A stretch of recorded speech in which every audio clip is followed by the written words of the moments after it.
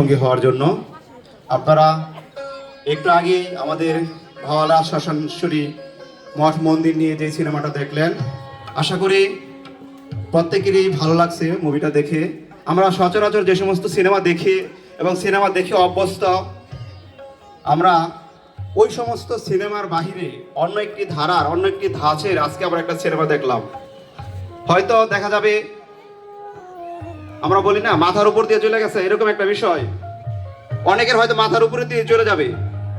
আবার যারা একটু সিনেমা প্রেমী, যারা একটু গবেষণা ধর্মী চিন্তা ভাবনা করেন, যারা একটু পড়েন, তারা হয়তো এই সিনেমাটা সম্পর্কে অনেক কিছু বুঝবেন, জানবেন। আর যারা ওই যে কাজী হায়াতের ছবি দেখে অভ্যস্ত, তারা হয়তো তেমন কিছু বুঝবেন না আমি মনে করি।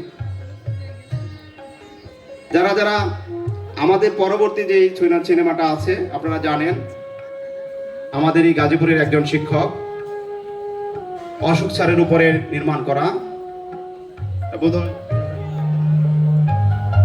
2017 সালের দিকে মনে হয় আমাদের দেবাশিস দা সিনেমাটা তৈরি করেছে।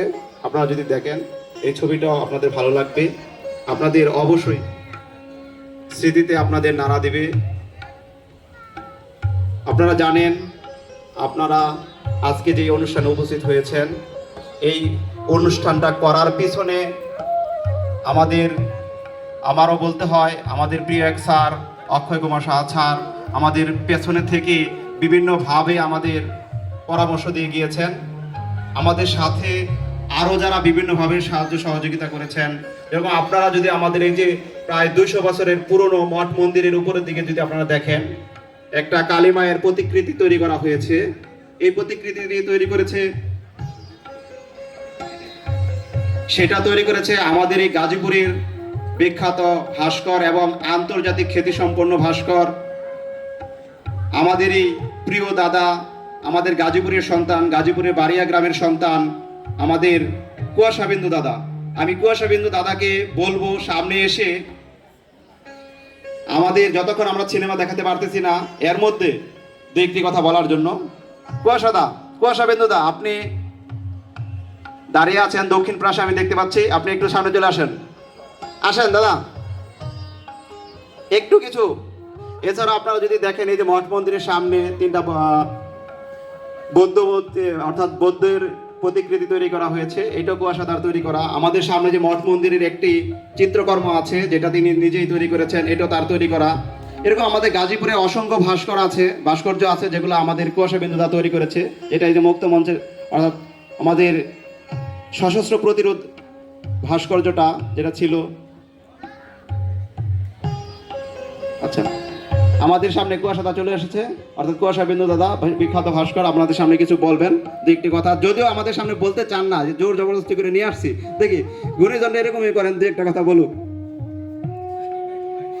মাধবদা মাস্টার মানুষ তো প্রচুর কথা বলতে পারে, এখন আমাকে জোর করে নিয়ে আসলে। আসলে আমি এত কথা বলতে পারি না, আমি হাতের কাজ করতেই পছন্দ করি, চিন্তা করতেই পছন্দ করি, কিন্তু এটাকে প্রকাশ হয়তো আমার শিল্পের মাধ্যমে আমি প্রকাশটা করি।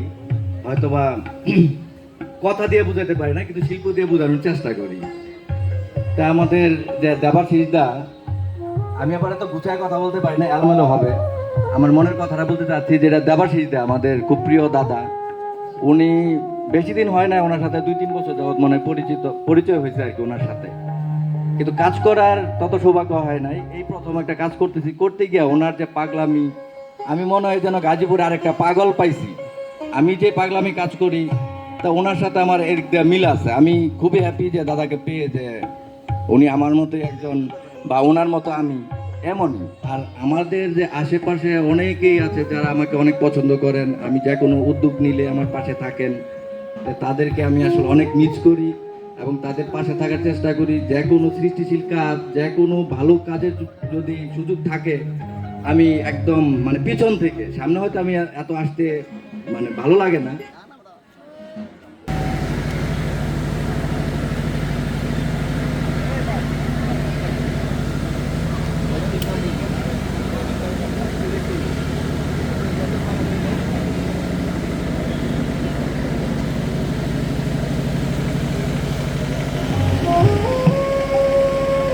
হ্যালো, তা ঠিক আছে, ধন্যবাদ দেওয়ার জন্য দাঁড়ায় আছি, ধন্যবাদ।